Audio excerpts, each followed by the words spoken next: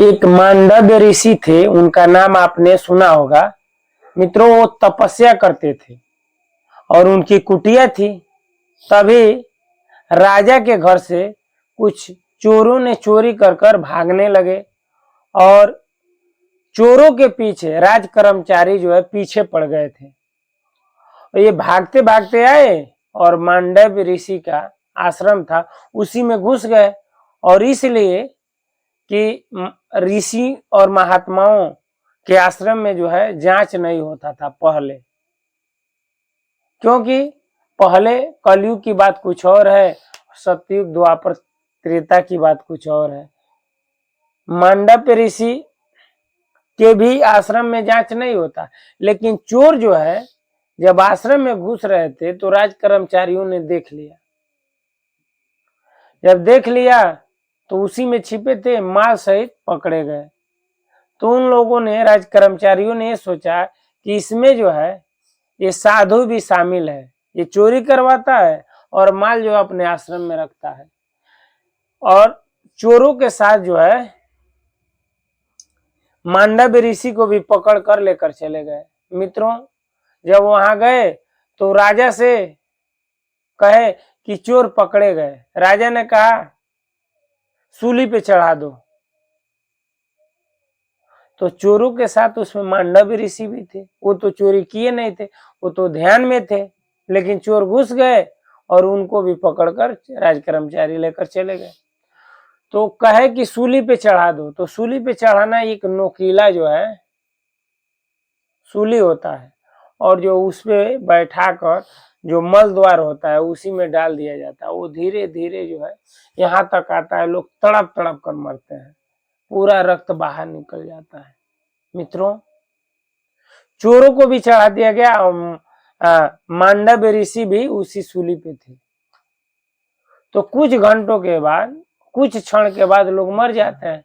सुबह और हाथ जो है ऊपर बांध दिया जाता है कि लोग छुड़ा भी ना पाए। उसके बाद से जो है जब सुबह राज कर्मचारियों जब गए देखने के लिए, तो चोर जितने थे वो तो मर चुके थे, लेकिन मांडव्य ऋषि उसी पे तपस्या कर रहे थे। ऐसे जब ये दृश्य देखा कि ये सूली पे जो चढ़ा है वो अभी तक जीवित है, भागते हुए गए राजा के पास।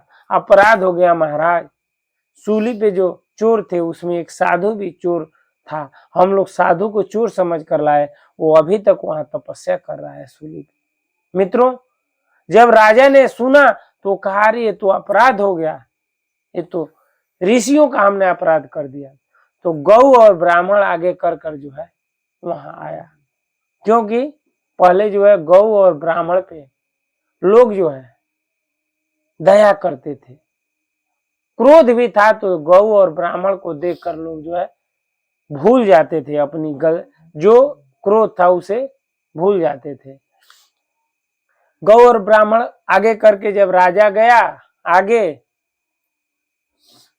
तो कहा, महाराज हमें क्षमा कर दीजिए, हमसे बहुत बड़ा अपराध हुआ। चोरों के साथ हमने, सिपाहियों कहने पे बिना समझे हमने सजा सुना दी।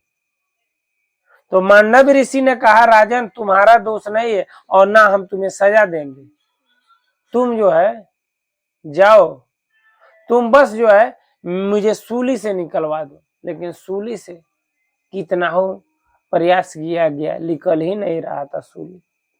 तब मांडव्य ऋषि ने कहा कि काट दो, जहां तक मल द्वार में वह सूली गया था वहां से काट दिया गया। और तुरंत वहां से मांडव्य ऋषि अंतर ध्यान हो गए और सीधे कहाँ गए, यमराज जी के पास, धर्मराज के पास। और जाकर कहा, धर्मराज तुम्हारा न्याय सही नहीं है, ये बताओ, मैंने तो ऐसा कोई कर्म नहीं किया है, कोई ऐसा कृत्य नहीं किया कि जिसकी सजा इतनी बड़ी मिले। तो धर्मराज जी ने कहा, महाराज ये देख लीजिए, ऐसे मान लीजिए हमने जो बोला वो जब आगे बीत गया तो पीछे हम बैक करके दिखा देते हैं। उसी तरह धर्मराज ने कहा, देखिए महाराज, एक बार जब 8 साल के आप थे, कुणाल की उम्र में 8 साल के थे, तो आप जो है एक तितली होती है, उसके मल द्वार में जो है बबूल का कांटा डाल देते थे और छोड़ देते थे, वो तड़प तड़प कर मरता था।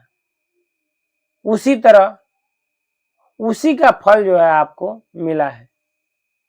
जो आपके भी मल द्वार में वह सूली गया है, निकल नहीं रहा, इसलिए नहीं निकल रहा है कि आपने भी उसको निकाला नहीं था, छोड़ दिया था। उसी का जो है परिणाम है। तब मांडव्य ऋषि ने कहा कि तुम्हारा ये गलत न्याय है। 8 साल का बच्चा छोटा होता है, उसे जो है हित और हित का कुछ पता नहीं होता है, पाप पुण्य का कुछ भी ज्ञान नहीं होता है। तब जो है, तब से जाकर 14 साल से ऊपर के बच्चों के लिए यह नियम लागू हुआ। 14 साल के नीचे के बच्चों के लिए क्षमा है। मित्रों, उसके बाद भी मांडव्य ऋषि ने धर्मराज को श्राप दिया और 100 वर्ष के लिए जो है मृत्यु लोक पे आए थे। विदुर जी के रूप में साक्षात धर्मराज के अवतार थे और धर्मराज के ही अंश से जो है युधिष्ठिर का जन्म हुआ था। ये अंश अवतार थे, वो साक्षात अवतार ही थे। मित्रों, इस कहानी से हमें ये सीख मिलती है कि हमें किसी भी जीव को जो हम तुच्छ समझते हैं, इसकी हत्या नहीं करना चाहिए, हिंसा नहीं करना चाहिए। हम चलते हैं तो कदम कदम पे जीव आते हैं, तो प्रयास ये हो कि हम बचें। ये कहानी यही सिखाती है कि हमें बचना चाहिए, क्योंकि इतने बड़ा तपस्वी जो सूली पे चढ़ गया, वह वहीं जीवित रहा, लेकिन फिर भी उस तितली के मल द्वार में वह कांटा डालने से वह जो है बच नहीं पाए। वैसे ही मित्रों, हमें बहुत कुछ नहीं कर सकते, तो कम से कम हम ये प्रयास करें कि अन्याय जो जीव है उनकी हत्याएं न हो। जितना हो सके उतना आप कम करिए। मित्रों, उम्मीद करता हूँ ये वीडियो अच्छा लगा होगा। अच्छा लगा होगा तो कमेंट में जरूर बताइए कि आपको क्या अच्छा लगा। आज इस वीडियो में इतना ही, अगले वीडियो में फिर मिलते हैं। तब तक के लिए हरे कृष्णा, राम राम जी, नमस्कार, प्रणाम।